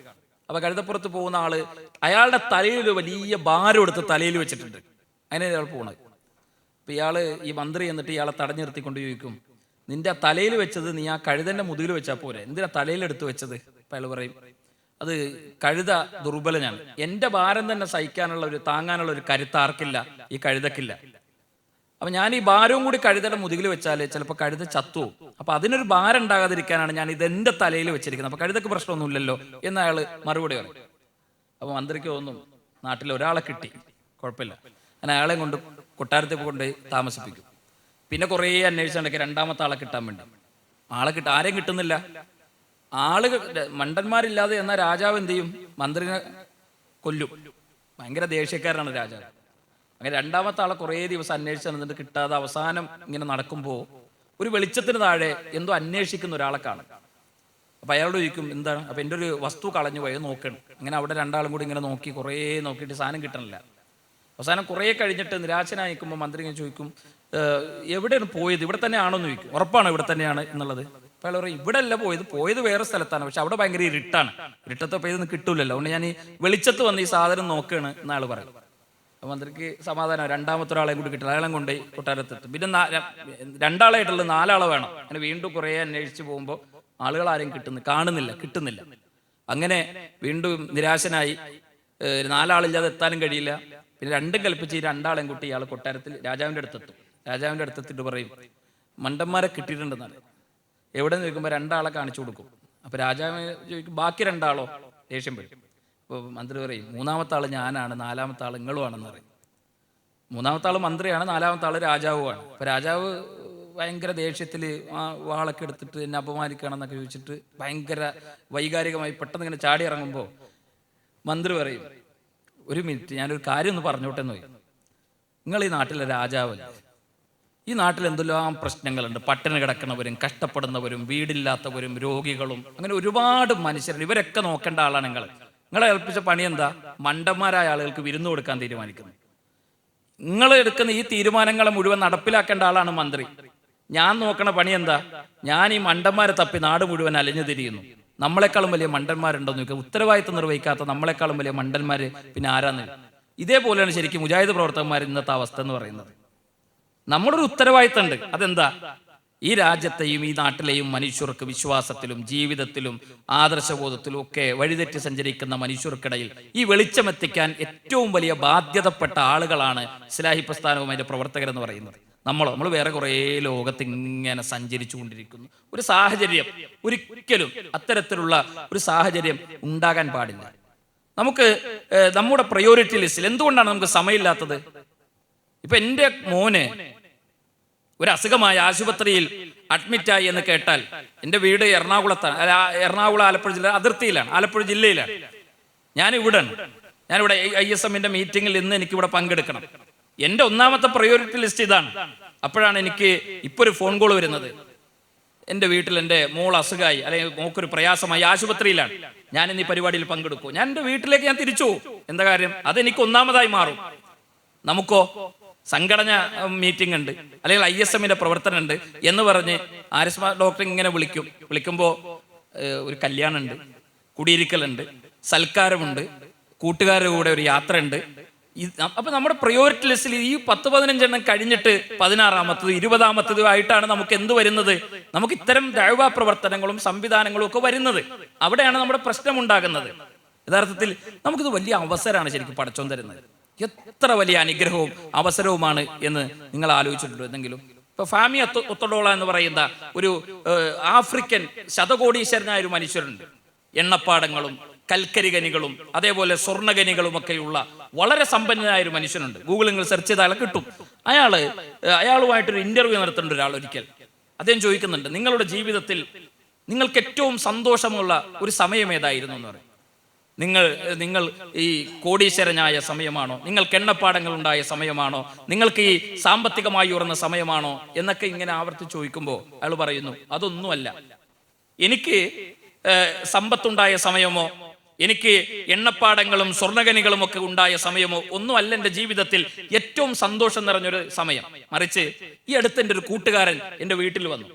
അയാൾ എന്നോട് പറഞ്ഞു, ഈ നാട്ടിൽ അയാൾ കുറച്ച് വികലാംഗരായ കുട്ടികളെ സംരക്ഷിക്കുന്നുണ്ട്. ആ കുട്ടികൾക്ക് കുറച്ച് വീൽ ചെയറുകൾ വേണം, നിങ്ങൾ അത് വാങ്ങി സഹായിക്കണം. അപ്പൊ ഇയാള് അതിനുള്ള സാമ്പത്തിക സഹായം കൊടുത്തു. അങ്ങനെ വീൽ ചെയറുകൾ വാങ്ങി. വീൽ ചെയറുകളൊക്കെ വാങ്ങി ആ കൂട്ടുകാരൻ വീണ്ടും വന്നു. അതിന് ഉദ്ഘാടനത്തിന് ഞാൻ ചെല്ലണം എന്നോട് പറഞ്ഞു. അങ്ങനെ ഞാനത് വിതരണം ചെയ്യുന്ന വേദിയിൽ ഞാൻ ചെന്നു. ഇഴഞ്ഞും മുട്ടിലിഴഞ്ഞും എടുത്തുകൊണ്ടും കൈകളിൽ പിടിച്ചുമൊക്കെ വികലാംഗരായ കുട്ടികൾ ഈ വേദിയിലേക്ക് വരും. വീൽ ചെയറിൽ അവർ സ്വന്തമായി അത് ഉരുട്ടി അവർ തിരിച്ചു പോകുന്നു. അതിങ്ങനെ മുറ്റത്ത് കളിച്ചുകൊണ്ടിരിക്കുന്നു. എനിക്ക് നല്ല സന്തോഷം തോന്നി. പക്ഷേ അവിടെയല്ല ഒരു സംഭവം ഉണ്ടായി. എനിക്ക് ഏറ്റവും സന്തോഷകരമായ സമയം ഉണ്ടായത് അതിനുശേഷമാണ്. ഞാൻ ഇതൊക്കെ കണ്ട് സന്തോഷിച്ച് ഞാൻ എൻ്റെ കാറിലേക്ക് ഡോറ് തുറന്ന് കയറാൻ പോകുമ്പോൾ ഒരു കൊച്ചു പെൺകുട്ടി അവൾ ആ വീൽ ചെയർ ഉരുട്ടിക്കൊണ്ട് എൻ്റെ വാഹനത്തിന്റെ അടുക്കലേക്ക് വന്നു. എന്നിട്ട് എൻ്റെ കയ്യിൽ ഇങ്ങനെ പിടിച്ചു. അപ്പൊ ഞാൻ ആ കുട്ടിയെ ഇങ്ങനെ നോക്കി. കുട്ടി എൻ്റെ മുഖത്തേക്ക് ഇങ്ങനെ നോക്കി, ഒന്നും പറയുന്നില്ല. അവൾ എൻ്റെ മുഖത്ത് ഇങ്ങനെ നോക്കിക്കൊണ്ടിരിക്കുന്നു കുറെ നേരമായി. അപ്പൊ ഞാൻ അവളോട് ചോദിച്ചു, എന്തിനാണ് നീ ഇങ്ങനെ നോക്കുന്നത്? അപ്പോൾ ആ കുട്ടി പറഞ്ഞു, പ്രാർത്ഥിക്കുമ്പോൾ നിങ്ങളുടെ മുഖം മറന്നു പോകാതിരിക്കാനാണ് ഞാൻ നിങ്ങളെ ഇങ്ങനെ നോക്കുന്നത്. ഞാൻ പ്രാർത്ഥിക്കുമ്പോൾ നിങ്ങളുടെ മുഖം ഓർത്തുകൊണ്ട് എനിക്ക് നിങ്ങൾക്ക് വേണ്ടി പ്രാർത്ഥിക്കണം. യഥാർത്ഥം നിങ്ങളിത് ഈ ദഅവത്തുമായി നിങ്ങളൊന്ന് കണക്ട് ചെയ്ത് നോക്കൂ. കുറെ മനുഷ്യരില്ലേ ഇത് വിശ്വാസം അറിയാത്ത. നിങ്ങൾ ഇവിടെ ഈ നിലമ്പൂരിൽ നിന്ന് തിരുവനന്തപുരത്തേക്ക് ഒരു ട്രെയിൻ യാത്ര ചെയ്യുന്നുണ്ട് നേരിട്ട്, രാജറാണി എക്സ്പ്രസ്. കുറച്ച് വർഷമായിട്ടുള്ള തുടങ്ങിയിട്ട്. ഞാൻ സ്ഥിരമായി യാത്ര ചെയ്യുന്ന ഒരാളായിരുന്നു. അതിൽ യാത്ര ചെയ്യുമ്പോൾ ഒരു 3 കാര്യങ്ങൾക്കാണ് തിരുവനന്തപുരത്തേക്ക് മലബാറിൽ നിന്ന് ഏറനാടിന്റെയും അതേപോലെ തന്നെ നിലമ്പൂരിന്റെയും ഒക്കെ ഉൾപ്രദേശങ്ങളിൽ നിന്ന് ആളുകൾ യാത്ര ചെയ്യുന്നത് 3 കാര്യങ്ങൾക്ക് വേണ്ടിയാണ് പ്രധാനമായും. ഒന്ന്, തിരുവനന്തപുരത്ത് സെക്രട്ടേറിയറ്റിലേക്ക് പല ആവശ്യങ്ങൾക്കും വേണ്ടി യാത്ര പോകുന്ന ആളുകളുണ്ട്. 2, അവിടെ നമ്മുടെ CH സെന്ററിന്റെ തൊട്ടടുത്താണ് RCC റീജിയണൽ ക്യാൻസർ സെന്റർ ഉള്ളത്. ക്യാൻസർ സെന്ററിൽ ഒരുപാട് അസുഖങ്ങളുമായി പോകുന്ന ആളുകൾ ഈ പ്രദേശത്ത് നിങ്ങൾക്ക് ആ ട്രെയിനിൽ കാണാം. 3ാമത്തെ വിഭാഗം അവർ പോകുന്നത് തിരുവനന്തപുരം ടൗണിന്റെ തൊട്ടടുത്ത് ഭീമാപ്പള്ളി എന്ന് പറയുന്ന ഒരു പ്രദേശമുണ്ട്. അവിടെ ഒരു ഉമ്മയുടെയും മകന്റെയും ഖബറുണ്ട്. അതിനടുത്തൊരു കിണറുണ്ട്. ആ കിണറിൽ കുറച്ച് വെള്ളം കുടിച്ചാൽ, അതുകൊണ്ടും ആ വെള്ളം എടുത്തൊന്ന് കുളിച്ചാൽ ജീവിതത്തിലെ സകല പ്രശ്നങ്ങളും അവസാനിക്കും എന്ന് വിചാരിച്ചു പ്രതീക്ഷയോടെ ആ ഖബറിലേക്ക് പോകുന്ന നൂറുകണക്കിന് മനുഷ്യരുണ്ട് ഇവിടെ. നമുക്കെങ്ങനെയാണ് ഉറങ്ങാൻ കഴിയുക? നിങ്ങൾ ഇവിടെ നിന്ന് കോട്ടക്കൽ യാത്ര ചെയ്ത്, വാഹനത്തിൽ യാത്ര ചെയ്ത് കോട്ടക്കൽ നിങ്ങൾ കുറ്റിപ്പുറത്തേക്ക് യാത്ര ചെയ്യുമ്പോൾ വളാഞ്ചേരി കഴിഞ്ഞ് തൊട്ടപ്പുറത്ത് ഒരു അല്പം ദൂരം എത്തുമ്പോൾ നിങ്ങൾക്ക് ആ ഹൈവേ, നാഷണൽ ഹൈവേയിൽ ഒരു ജാറം കാണാം, ഒരു ദർഗ കാണാം. അതിനടുത്ത് തൊട്ടടുത്തൊരു മരമുണ്ട്. ആ മരത്തിൽ തൊട്ടിലുകൾ കെട്ടി, ആ മരത്തിൽ ചെറിയ മാലകൾ കോർത്ത് കൈകുളിർത്ത് നിൽക്കുന്ന നൂറുകണക്കിന് ഉമ്മമാരെ നിങ്ങൾക്ക് ഒരു ദിവസം കാണാം. ഒരു ദിവസം നിങ്ങൾക്ക് നൂറുകണക്കിന് ഉമ്മമാരെ കാണാം. നമുക്ക് എങ്ങനെയാണ് വിശ്രമിക്കാൻ കഴിയുക? നമുക്ക് എങ്ങനെയാണ് സ്വസ്ഥമായിട്ട് ഉറങ്ങാൻ കഴിയുക? ഞാൻ എപ്പോഴും എൻ്റെ സഹപ്രവർത്തകന്മാരോട് പറയുന്ന ഒരു കാര്യം, എൻ്റെ ആദരണീയനായ ഗുരുനാഥൻ കേരള ജംഇയ്യത്തുൽ ഉലമയുടെ സെക്രട്ടറി മുഹമ്മദ് മദനി, ഈ അടുത്താണ് അദ്ദേഹം മരണപ്പെട്ടുപോയത്. അള്ളാഹു അദ്ദേഹത്തിന്റെ കബറിടം വിശാലമാക്കി കൊടുക്കുമാറാകട്ടെ. അദ്ദേഹം ഉംറക്ക് പോയൊരു അനുഭവം പറയപ്പോഴും, ഉംറ നിർവഹിച്ച് ഹറമിന്റെ മുറ്റത്ത് ഖുർആൻ ഓതിക്കൊണ്ട് ആ മത്വാഫിൽ ഇരിക്കുമ്പോൾ ഹറം ക്ലീൻ ചെയ്യുന്ന ഒരു ചെറുപ്പക്കാരൻ അതിങ്ങനെ തുടച്ച് മൗലവിന്റെ അടുത്തെത്തി. ആ മൗലവിന്റെ അടുത്തെത്തിയപ്പോൾ മൗലവി ഒരു മലയാളിയാണ് എന്ന് തോന്നിയത് കൊണ്ട് അയാൾ ചോദിച്ചു, ഉസ്താദെ നിങ്ങൾ കേരളത്തിൽ നിന്നാണോ എന്ന് ചോദിച്ചു. മൗലവി പറഞ്ഞത് കേരളത്തിൽ നിന്നാണ്. കേരളത്തിൽ നിങ്ങൾ എവിടെയാണ്? അപ്പൊ അദ്ദേഹം പറഞ്ഞു ഞാൻ കോഴിക്കോടാണ്. അപ്പൊ അയാൾ ചോദിച്ചു, അയാൾ ഇങ്ങനെ മൗലവിനോട് ചോദിച്ചു, ഉസ്താദ് നിങ്ങൾ കോഴിക്കോട് മടവൂർ അറിയോ എന്ന് ചോദിച്ചു. അപ്പൊ മൗലവി പറഞ്ഞു അറിയും. അപ്പം പരിശുദ്ധ ഹറമിന്റെ മത്വാഫില് ഒരു നേരത്തെ നിസ്കാരത്തിന് 1,00,000 കൂലി കിട്ടുന്ന ഇബ്രാഹിം നബിയും ഇസ്മായിൽ നബിയും പടുത്തുയർത്തിയ തൗഹീദിന്റെ ഏറ്റവും വലിയ ഭവനത്തിന്റെ മത്വാഫിൽ നിന്നിട്ട് കഅബാലയത്തിലേക്ക് നോക്കിയാൽ കൈകൾ ഉയർത്തി ആത്മഗതം പോലെ ശബ്ദമുയർത്തി അയാൾ പ്രാർത്ഥിക്കുകയാണ്, മടവൂർ ഉസ്താദിന്റെ മക്കാമിലെത്തി മരിക്കാനുള്ള തൗഫീഖ് കിട്ടിയാൽ മതിയായിരുന്നു. ഇത് പ്രാർത്ഥിക്കുന്ന മലയാളികൾക്കിടയിലാണ് നമ്മൾ ജീവിക്കുന്നത്. എങ്ങനെയാണ് നമുക്ക് ഈ മനുഷ്യരെ കണ്ടില്ലെന്ന് നടിക്കാനാവുക? എങ്ങനെയാണ് നമുക്കിവരുടെ വർത്തമാനം കേട്ടില്ലെന്ന് നടിക്കാനാവുക? എങ്ങനെയാണ് ഇവരെ നന്മയുടെ വഴിയിലേക്ക് തിരിച്ചു കൊണ്ടുവരാതിരിക്കാൻ സാധിക്കുക? അപ്പോൾ നമ്മൾ നിർവഹിക്കേണ്ട വലിയ ഉത്തരവ്, അത് നിർവഹിക്കാൻ ഇറങ്ങുമ്പോൾ നമുക്ക് ബാക്കി എല്ലാ കാര്യങ്ങളും എളുപ്പമായി മാറും. നമ്മളൊരു സാമൂഹിക ഇടപെടലുകൾ നമുക്ക് എളുപ്പമായി മാറും. ഇത് വെറുതെ ഉണ്ടായൊരു നവോത്ഥാനമൊന്നുമില്ല. ഇത് ഒരു ത്യാഗങ്ങളുടെയും അവസരങ്ങൾ കിട്ടിക്കൊള്ളണമെന്നില്ല എപ്പോഴും. ഇത് തൊട്ടടുത്താണ് പാങ് എന്ന് പറയുന്ന പ്രദേശമല്ല, കുറച്ചപ്പുറത്താണ്. കഴിഞ്ഞ ആഴ്ചകളിലാണ് നമ്മൾ അവിടെ നടന്ന ദുരന്തത്തെ കുറിച്ച് കേട്ടത്. ഞാൻ അവിടുത്തെ അധ്യാപികമാരുടെ വീടുകളെല്ലാം സന്ദർശിച്ചു, ജീവനക്കാരുടെ വീടുകളിലൊക്കെ പോയിരുന്നു. അതിൽ ഒരു മജീദ് മാഷ് എന്ന് പറയുന്ന ഒരു അധ്യാപകനുണ്ട്, കണ്ണ് കാണാത്ത ഒരാളാണ്. അദ്ദേഹത്തിന്റെ ഭാര്യ ആ വാഹനാപകടത്തിൽ മരണപ്പെട്ടു. അവരുടെ വീട്ടിൽ പോയി. ആ വീടിന്റെ പ്രത്യേകത എന്താ അറിയോ? 1.5 മാസം മുമ്പാണ് അദ്ദേഹം ആ പുതിയ വീട്ടിലേക്ക് താമസം മാറിയത്. മരിക്കുന്നതിന് 1.5 മാസം മുമ്പ്. അദ്ദേഹത്തിന്റെ പ്രത്യേകത, അയാൾക്ക് കുട്ടികളില്ല. ആ ഭാര്യയും ഭർത്താവും മരണപ്പെട്ടു, മക്കളില്ല. ഒരു വീട് അനാഥമാകുന്നു ഒരു സുപ്രഭാതത്തിൽ, ഒരു നേരം വെളുക്കുമ്പോഴേക്കും. തൊട്ടടുത്തല്ലേ, കഴിഞ്ഞ ആഴ്ചയിലല്ലേ ഇടിമിന്നലേറ്റ് 4 കുട്ടികൾ. ഇതിന്റെ കിലോമീറ്ററുകൾക്ക് അപ്പുറമാണ് അവർ മരിച്ചു വീണത്. വളരെ എത്ര പ്രതീക്ഷകൾ ഉണ്ടാകുമായിരുന്നു. അപ്പൊ ഇതൊരു അവസരമാണ് സത്യത്തിൽ നമുക്ക് ലഭിക്കുന്നത്. എനിക്ക് ആരോഗ്യമുണ്ട്, എനിക്ക് നല്ല ഊർജ്ജസ്വലനാണ്, നല്ല ചെറുപ്പക്കാരനാണ്, നല്ല അത്യാവശ്യം നല്ല കപ്പാസിറ്റി ഉള്ള ആളാണ്, എനിക്കിപ്പോഴൊന്നും വലിയ പ്രയാസം ഉണ്ടാകില്ല എന്ന് വിചാരിക്കാൻ ആർക്കാണ് കഴിയുക? നമുക്ക് ആർക്കെങ്കിലും കഴിയുമോ? ഇപ്പൊ ഈ അടുത്ത് കേട്ടുകൊണ്ടിരിക്കുന്ന അനുഭവങ്ങളെല്ലാം അവിടെയാണ് നമുക്ക് സ്വസ്ഥതയോടുകൂടി സമാധാനത്തോടുകൂടി നെറ്റിത്തടത്തിൽ വിയർപ്പ് പൊടിയുന്നവരായി നമുക്ക് അള്ളാഹുവിനെ കണ്ടുമുട്ടാൻ കഴിയുന്ന സാഹചര്യങ്ങൾ ഉണ്ടാകാനുള്ള അവസരങ്ങളാണ് യഥാർത്ഥത്തിൽ മുജാഹിദ് പ്രസ്ഥാനം, ISM ഒക്കെ നമുക്ക് ഒരുക്കി തരുന്നത്. എത്രയോ ദഅ്വാ സംരംഭങ്ങളാണ്, പ്രവർത്തനങ്ങളാണ് നിരന്തരമായി നമ്മുടെയൊക്കെ മുന്നിലുള്ളത്. അതിൽ സമയമില്ല, നേരില്ല, അല്ലെങ്കിൽ ചെറിയ ചെറിയ പ്രയാസങ്ങൾ ഉണ്ടാകുമ്പോൾ അതെല്ലാം അതിൽ നിന്നെല്ലാം വിട്ടുപോകുന്ന ഒരു സാഹചര്യം ഉണ്ടാകരുത്. ആളുകൾ എന്ന് പറഞ്ഞാൽ എന്താ പറയുക, ഇതൊരു സംവിധാനമാണ്. നമ്മൾ മനസ്സിലാക്കുന്നത് മുജാഹിദ് പ്രസ്ഥാനം എന്ന് പറയുന്നത് ഒരു സംവിധാനമാണ്. ആ സംവിധാനത്തിൽ 1,00,000-ഓളം ആളുകൾ ഉണ്ടാവും. അതിന്റെ അണികളും പ്രവർത്തകരും അതിന്റെ അനുഭാവികൾ ലക്ഷക്കണക്കിന് ആളുകളുണ്ട്. ഈ മുഴുവൻ ആളുകളും നമ്മളെപ്പോലെ ഒരേ രൂപമായിരിക്കണം, ഒരേ ശബ്ദമായിരിക്കണം എന്ന് ആലോചിക്കുന്നതിലും പറയുന്നതിലൊക്കെ എന്തെങ്കിലും അർത്ഥങ്ങളുണ്ട്. അത് മനുഷ്യരുടേതായ പ്രശ്നങ്ങളും പ്രയാസങ്ങളും. നമുക്ക് നാം കിടക്കുന്ന ഖബറിൽ നമുക്കൊരൽപ്പം വെളിച്ചമുണ്ടാകണം. അവിടെ നമുക്ക് അള്ളാഹുവിന്റെ സഹായം ഉണ്ടാകണം. നിങ്ങൾക്ക് മഹാനായ ഖാലിദ് ബിൻ വലീദ് റളിയല്ലാഹു അൻഹു എന്നൊരു സ്വഹാബി ഉണ്ടായിരുന്നു. ഖാലിദ് ബിൻ വലീദ് റളിയല്ലാഹു അൻഹുവിന്റെ പ്രത്യേകത, ഇസ്ലാമിക ചരിത്രത്തിൽ ഏറ്റവും ശ്രദ്ധേയനായ പോരാളിയാണ് ഖാലിദ് ബിൻ വലീദ് റളിയല്ലാഹു അൻഹു. അദ്ദേഹം ഇസ്ലാം സ്വീകരിക്കുന്നു. ഇസ്ലാമിലെ ശ്രദ്ധേയനായ നേതാവായി സൈന്യാധിപനായി മാറുന്നു. ആളുകൾക്കൊക്കെ വലിയ അഭിപ്രായങ്ങളായി. അദ്ദേഹത്തെ പറ്റി ആളുകളൊക്കെ പറയും, ഖാലിദ് ബിൻ വലീദ് റളിയല്ലാഹു അൻഹു അദ്ദേഹം ഉണ്ടെങ്കിൽ പിന്നെ ഒരു പരാജയം എന്ന് പറയുന്ന സംഭവം ഉണ്ടാവില്ല ഇസ്ലാമിന്. അദ്ദേഹം നേതൃത്വത്തിലുണ്ടോ ഇസ്ലാം ഉഷാറാവും. ഇത് ഉമർ റളിയല്ലാഹു അൻഹു ഈ പ്രയോഗങ്ങളൊന്നും അത്ര ഇഷ്ടപ്പെട്ടില്ല. ഉമർ റളിയല്ലാഹു അൻഹുവിന്റെ ഒരു പ്രത്യേകത, ചില കാര്യങ്ങൾ കേൾക്കുമ്പോൾ തന്നെ അറിയാം അതെങ്ങോട്ടാ പോകണമെന്നുള്ളത്. ഉമർ റളിയല്ലാഹു അൻഹു ഒരിക്കലും നടന്നു പോകുമ്പോൾ ആളുകളൊക്കെ കൂടെ ഉണ്ട്. അപ്പോൾ ആളുകളൊക്കെ പോയി ഒരു മരത്തിൻ്റെ ചുവട്ടിൽ നിസ്കരിക്കാൻ പോകുന്നു. നിസ്കാരത്തിന് സമയമായിട്ടില്ല. ഉമർ റളിയല്ലാഹു അൻഹു, നിങ്ങൾ എന്തിനാണ് അവിടെ പോയി നിസ്കരിക്കുന്നത്? അപ്പോൾ അവർ പറഞ്ഞു, ഇത് മറ്റേ മരം. ഏത് മരം? ഖുർആൻ പറഞ്ഞ മരമില്ല, ആ മരമാണ്. ബൈഅത്തുൽ റിദ്വാൻ നടന്നത് ഈ മരത്തിന്റെ ചുവട്ടിൽ നിന്നാണ്. അതുകൊണ്ട് ഞങ്ങൾ ഇവിടെ എത്തിയപ്പോൾ നിസ്കരിച്ച്. ഉമർ റളിയല്ലാഹു അൻഹു, നല്ലൊരു സ്ഥലമാണല്ലോ, എന്നാൽ നമുക്കൊരു പള്ളിയൊക്കെ ഉണ്ടാക്കി ഇതൊരു ഒന്ന് ഉഷാറാക്കാം.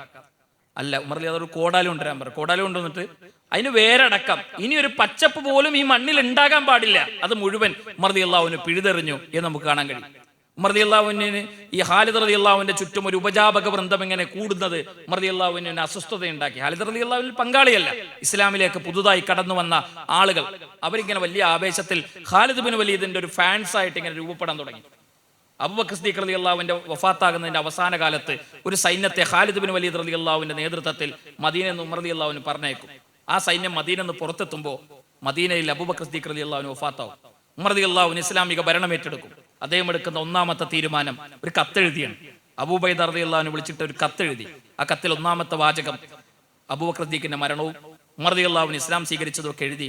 രണ്ടാമത്തെ പാരഗ്രാഫ് ഇസ്ലാമിക സൈന്യത്തിന്റെ സർവ്വസൈന്യാധിപനായ ഖാലിദ് ബിൻ വലീദിനെ അമീറുൽ മുഅ്മിനീൻ ആ സ്ഥാനത്ത് നീക്കം ചെയ്തിരിക്കുന്നു. ഈ കത്തുമായി വരുന്ന അബൂബൈദയെ ഇസ്ലാമിക സൈന്യത്തിന്റെ സർവ്വസൈന്യാധിപനായി അമീറുൽ മുഅ്മിനീൻ നിശ്ചയിച്ചിരിക്കുന്നു എന്ന് ഉമർ റളിയല്ലാഹു അൻഹു എഴുതി ഒപ്പിടും. എന്നിട്ട് അത് കൊടുത്ത് അബൂബൈദ റളിയല്ലാഹു അൻഹു കൊടുത്തിട്ട് കത്ത് കൊടുത്തേക്കും. നിങ്ങൾ ആലോചിക്കേണ്ടെന്ന് അറിയോ, ഇങ്ങനൊരു കത്ത് കേരള ദൗത്തുൽ മുജാഹിദിന്റെ സംസ്ഥാന പ്രസിഡന്റ് ഒരു കത്തെഴുതുന്നു. ISMന്റെ സംസ്ഥാന ജനറൽ സെക്രട്ടറി സ്ഥാനത്ത് കുർസലായി നീക്കം ചെയ്തിരിക്കുന്നു. ഒരു കത്ത് മടക്കി എഴുതി എനിക്ക് അയച്ചാൽ എൻ്റെ സ്വഭാവം എന്താണെന്ന് ആളുകൾക്കൊക്കെ പെട്ടെന്ന് മനസ്സിലാവുന്ന ഒരു കാലത്താണ് നമ്മളൊക്കെ ഇന്ന് ജീവിക്കുന്നത്. പെട്ടെന്ന് ആളുകൾക്ക് മനസ്സിലാവും പിന്നെ നമ്മുടെ സ്വഭാവം എന്താണ്. അത് മതസംഘടന ഒന്നും ആകണ്ട, മതസംഘടന ആയാലും രാഷ്ട്രീയ സംഘടനകളായിരുന്നാലും പള്ളി കമ്മിറ്റി ആയിരുന്നാലും ക്ലബ്ബുകളായിരുന്നാലും ഒക്കെ പിന്നെ അതിലൊക്കെ ഒരു കണക്കായിരിക്കും. ഒരു 4 ദിവസം മാറിക്കണം അല്ലെങ്കിൽ ഒരു 3 ദിവസം മാറിക്കണം എന്ന് പറഞ്ഞാൽ അതൊന്നും സഹിക്കാൻ കഴിയാത്തൊരു കാലത്താണ്. ആ സംവിധാനങ്ങൾ മുഴുവൻ ഇല്ലാതായെങ്കിൽ അതിനൊക്കെ പരിശ്രമിക്കാൻ നടക്കുന്ന ഒരു കാലഘട്ടത്തിലാണ് അബൂബൈദ റളിയല്ലാഹു അൻഹു കത്തുപോയി ചെല്ലുന്നത്. അപ്പൊ അദ്ദേഹത്തിന് ഒരു ബേജാറുണ്ട്, ഞാൻ ഇത് കൊടുത്ത അദ്ദേഹത്തിന്റെ പ്രതികരണം എന്താണ്. അങ്ങനെ യുദ്ധം ഇങ്ങനെ അവസാനിക്കുന്ന ഘട്ടത്തിൽ കത്ത് അബൂബൈദ റളിയല്ലാഹു അൻഹു കൊടുക്കുകയാണ്. ഖാലിദ് റളിയല്ലാഹു അൻഹു കത്ത് ഇങ്ങനെ തുറന്ന് ഇങ്ങനെ വായിക്കുമ്പോൾ അത് അബൂബക്കർ സിദ്ദീഖ് റളിയല്ലാഹു അൻഹു മരണം കേൾക്കുമ്പോൾ അദ്ദേഹത്തിന്റെ കണ്ണ് നിറയും. അദ്ദേഹം പ്രാർത്ഥിക്കും. എന്നിട്ട് അടുത്ത വരി വായിച്ച കത്ത് മടക്കി കവറിലിട്ടിട്ട് ആ കത്തിങ്ങനെ അദ്ദേഹം സൂക്ഷിക്കും. എന്നിട്ട് അബൂബൈദ റളിയല്ലാഹു അൻഹു ചേർത്ത് നിർത്തി ഈ ഖാലിദ് റളിയല്ലാഹു അൻഹു ഒരല്പം പിന്നിലേക്ക് ഇറങ്ങും. എന്നിട്ട് ആരാണ് മുന്നിലെന്ന് തോന്നാത്തതുപോലെ ഈ യുദ്ധം രണ്ടുപേരും നയിക്കണം. ഇസ്ലാമിക സമൂഹം വിജയിക്കും. വിജയിച്ചതിന് ശേഷം അനുയായികളെ മുഴുവൻ ഒരുമിച്ച് കൂട്ടും. എന്നിട്ട് ഖാലിദ് ബിൻ വലീദ് റളിയല്ലാഹു അൻഹു ഈ കത്തുറക്കെ വായിക്കണം. അബൂബക്കർ സിദ്ദീഖ് റളിയല്ലാഹു അൻഹു മദീനയിൽ വഫാത്തായിരിക്കുന്നു. ഉമർ ബിൻ ഖത്താബ് റളിയല്ലാഹു അൻഹു ഇസ്ലാമിക സമൂഹത്തിന്റെ ഭരണാധികാരിയായി സ്ഥാനമേറ്റിരിക്കുന്നു. എന്നിട്ട് അദ്ദേഹം തുടർന്നത് ഇങ്ങനെ വായിക്കുന്നു. ഇസ്ലാമിക സൈന്യത്തിന്റെ സർവ്വസൈന്യാധിപൻ ഖാലിദ് ബിൻ വലീദിനെ അമീറുൽ മുഅ്മിനീൻ ആ സ്ഥാനത്ത് നീക്കം ചെയ്തിരിക്കുന്നു. ഈ കത്തുമായി വരുന്ന അബൂബൈദയെ ഇസ്ലാമിക സൈന്യത്തിന്റെ സർവ്വസൈന്യാധിപനായി അമീറുൽ മുഅ്മിനീൻ നിശ്ചയിച്ചിരിക്കുന്നു. ഉടനെ ആൾക്കൂട്ടത്തിൽ നിന്ന് കുറച്ച് ശബ്ദങ്ങൾ ഉണ്ടാകാൻ തുടങ്ങി. അത് അംഗീകരിക്കാൻ കഴിയണില്ല, അണികൾക്ക് അത് അംഗീകരിക്കാൻ കഴിയുന്നില്ല. അവർ പ്രയാസങ്ങൾ ഉണ്ടാക്കാൻ തുടങ്ങി, അവർ പ്രശ്നങ്ങൾ ഉണ്ടാക്കാൻ തുടങ്ങി. അതിങ്ങനെ അടക്കി നിർത്തും എല്ലാവരെയും. എന്നിട്ട് അദ്ദേഹം പറയും, ഇത് അള്ളാഹുവിന്റെ പരീക്ഷണമാണ് എന്ന് ഞാൻ തിരിച്ചറിയുന്നു. സർവ്വസൈന്യാധിപനായ ഖാലിദ് ബിൻ വലീദ് എങ്ങനെയാണ് എന്ന് അള്ളാഹു പരീക്ഷിച്ചു. അധികാരമില്ലാത്ത ഖാലിദ് ബിൻ വലീദിന്റെ നിലപാട് എന്താണ് എന്നിത് അള്ളാഹുവിന്റെ പരീക്ഷണമാണ്. ഞാൻ ഉറച്ചു വിശ്വസിക്കുന്നു, ഒരിക്കലും ഞാൻ അതിൽ പരാജയപ്പെടില്ല. എന്നിട്ട് അവസാനമായിട്ട് അദ്ദേഹം പറയുന്ന ഒരു വാക്കുണ്ട്. അദ്ദേഹം പറയുന്നത്, സർവ്വസൈന്യാധിപനായ ഖാലിദ് ബിൻ വലീദിനേക്കാളും ശക്തനായ പോരാളിയാകും അധികാരമില്ലാത്ത ഖാലിദ് ബിൻ വലീദ് എന്ന് അദ്ദേഹം മറുപടി പറയുന്നത് നമുക്ക് കാണാൻ കഴിയും. അതൊരു എന്താ, അത് നമ്മുടെ ഹൃദയത്തിന്റെ ഉള്ളിൽ നിന്നാണ്. ഞാൻ എന്തിനാണ് ഇതൊക്കെ ചെയ്യുന്നത്, ഇത് പടച്ചോന് വേണ്ടിയാണെന്നൊരു ബോധം ഉണ്ടാകണം. ഇത് ആർക്കെങ്കിലും വേണ്ടിയാണോ, ഒരു കാര്യം ഉണ്ടാവില്ല. ഇത് അള്ളാഹ്ക്ക് വേണ്ടിയാണ് എന്ന്, പടച്ചോന് വേണ്ടിയാണ് എന്നൊരു ബോധം ഉണ്ടായാൽ നമുക്ക് ഫോൺ എടുക്കാൻ സമയം ഉണ്ടാവും, ഫോൺ വിളിക്കാൻ നേരം ഉണ്ടാകും, മിൻസ് ബുക്ക് എടുക്കാൻ നേരം ഉണ്ടാകും, യോഗത്തിനുകൾ പോകാൻ നേരം ഉണ്ടാകും. 100 വട്ടം നമ്മൾ ഒരാളും വിളിക്കേണ്ടി വരും. എനിക്കൊരല്പം എൻ്റെ ഖബറിൽ ഞാൻ പോകുമ്പോൾ എനിക്കൊരു അല്പം വെളിച്ചൊക്കെ ഉണ്ടാകണ്ടേ എന്നൊരു ആഗ്രഹം ഉണ്ടെങ്കിൽ അതുണ്ടാകും.